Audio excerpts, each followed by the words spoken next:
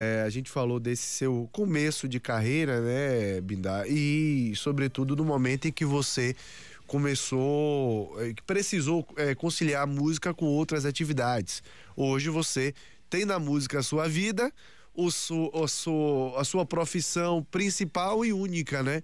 É o que você faz, tanto do ponto de vista do fazer a sua música, como com o seu estúdio também, de produzir, né? Artistas que estão também fazendo a música deles. Claro. Isso aí veio muito pela minha experiência que eu tive na época com o mundo corporativo. Sim. Não é? Como eu trabalhei em banco, trabalhei em escritório de contabilidade e a gente sempre via, eu sempre disse assim, eu vou ter meu CNPJ, não é? E aí com mais ou menos 24 anos de idade, 25 anos de idade, eu fiz o meu CNPJ, que até hoje é o mesmo.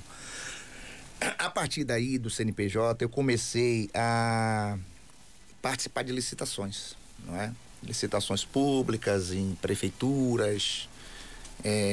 Eu tinha essa expertise com relação a ter as certidões negativas e eu via que as prefeituras só contratavam assim, né? Aí eu digo, para eu tocar para as prefeituras, eu tenho que ter meu CNPJ, então comecei a me organizar, né? Nessa época, graças a Deus, essa minha vivência no mundo de banco, por exemplo, eu comecei a trabalhar com computador naquela época. Quando eu entrei no banco, a gente autenticava ainda na manivela, né? Aquela manivelinha, quando faltava energia. E o movimento do banco ia para Salvador para ser processado. Eu me lembro disso. Quando o movimento do dia vinha, a gente tinha que conferir débitos e créditos nessa época. Então, eu tô só te falando esse detalhe para você ver que a tecnologia daquela época que era, e logo depois se transformou. Então, com toda essa experiência que eu tive, então eu comecei a colocar para esse lado meu de, vamos dizer, empresário musical, não é? E aí eu fiz meu CNPJ, comecei a trabalhar para algumas prefeituras e lancei em 94 um selozinho da PAB Produções, um selo para independente. Naquela época não é como hoje, que tem plataformas digitais que você faz a música e disponibiliza e tal, essa facilidade toda. Antigamente você tinha que gravar o disco, eu cheguei até a gravar um LP, não é? Com LP na mão, você tinha que procurar divulgadores, os divulgadores que em feira não tinha que ser Salvador nessa época.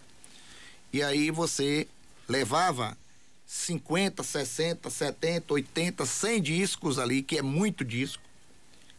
Eu mesmo fiz 2.000 LPs, meu irmão, 2.000 LPs.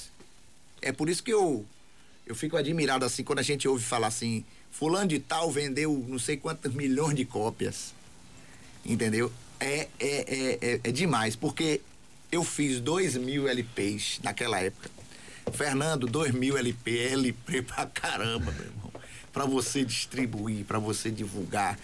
E aí eu comecei a viajar nas cidades, e aí fui pra Salvador, arrumei um divulgador da Itapuã FM na época.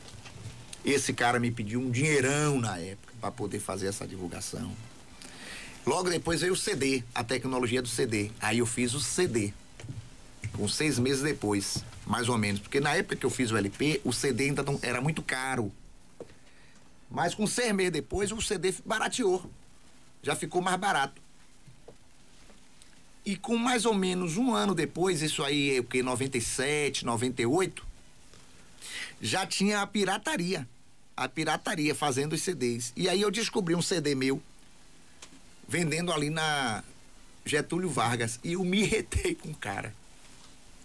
Sabe? Eu chateei com o cara, que o cara tava vendendo o meu CD na Getúlio Vargas, numa banca de camelô. Aí um amigo meu disse assim, rapaz, agradeça a Deus que teu CD tá aí, porque se tá aí é porque o povo tá pedindo e vai te divulgar. Eu digo, rapaz, é mesmo. E vai te divulgar. E a partir daí, esse cara começou a vender. E aí começou a aparecer disco de vinil também. As pessoas comprando os vinis, colecionadores e tal. Vinil pirata também? Não, o meu vinil. Ah, o seu mesmo, Ele certo. conseguiu 2 caixas de meu vinil com um cara de Cachoeira, que um ex-cunhado meu, para me dar um apoio no início da minha carreira, o Ramon Pinto. O Ramon comprou 4 caixas de disco meu para me ajudar.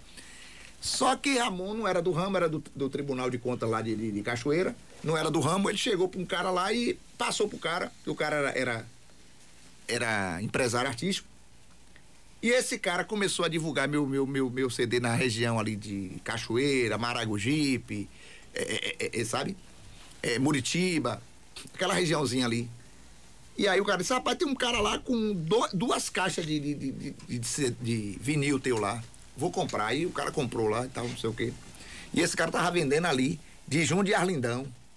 Vendeu ali mais de 20 discos meu. E aí, daqui a pouco, o povo me encontrava nas festas. Ah, comprei um disco seu na JJ Seaba, no passeio. Eu digo, oxe, o que é isso? Aí vai. Então, meu irmão, quando eu vejo falar assim, um artista vendeu, um exemplo, 500 mil cópias, é disco, viu, Dilson Barbosa? Agora você vai contar, porque nosso tempo já está chegando, nós só temos aí mais 7 minutos de programa.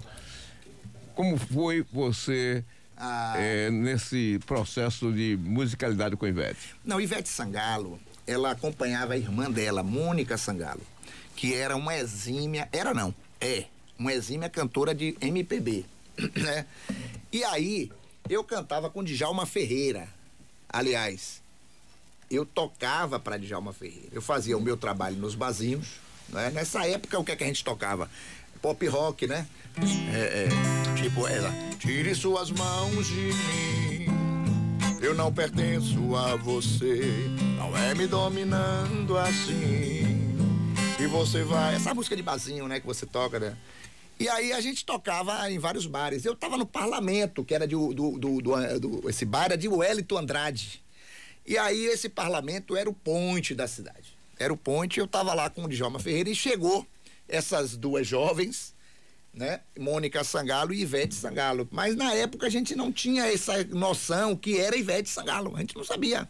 Eram as meninas de Salvador. A gente chamava as meninas de Salvador, chegou aí. Eram muito canjeiras. Sabe o que é canjeira, né? Elas são muito canjeiras. Elas querendo... O canjeiro é o seguinte, viu, Fernando? O canjeiro vem pra divulgar. Você tá tocando aqui, o cara... pede pra dar uma canjinha. Pra poder mostrar o trabalho. Sim. Entendeu? E aí, essa Mônica Sangalo fez a canja, foi aprovada no bar. O cara contratou ela pra tocar. E Ivete Sangalo vinha também. Entendeu? A própria Ivete já disse Mas que isso dava aí, muita todo canja mundo em com... feira. todo mundo com 18 anos, o Dilson Barbosa, de 17 anos, sabe como é que é, né? Essa época aí a galera chega junto, né? E a gente sempre tava lá, tocando e tal, e eu tive o prazer de acompanhar elas, né? Tinha uma música que ela cantava muito bem. Tipo, essa aqui. Meu mundo, você é quem faz. Me lembro como se fosse hoje. Música, letra e dança, tudo em você é fugaz. Quando cantou isso, eu digo, rapaz, essa mulher canta demais, o que é isso aí, tá? Temos aí 4 minutos pra gente arrematar isso aí. Então foi isso. Esse meu Sim, mas encontro com aí Ivete. ela cantava no barzinho e você tocava? Tocava no mesmo bares aqui e tal, mas elas eram muito Salvador, feira, Salvador. E quando elas vinham, era essa situação. E aí chegou o tempo delas tocar com a gente também. Elas ficou muita amizade com o Djalma Ferreira, que Djalma Ferreira ia para Salvador também, aquela coisa toda.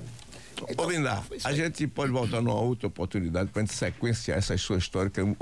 Vamos fazer Paulo Bindá 2, certo? É muita história, Dilson Barbosa. Paulo Bindá 2 vai retornar aqui e a gente vai concluir, porque nós temos aqui um comercial que é improrrogável de rodar.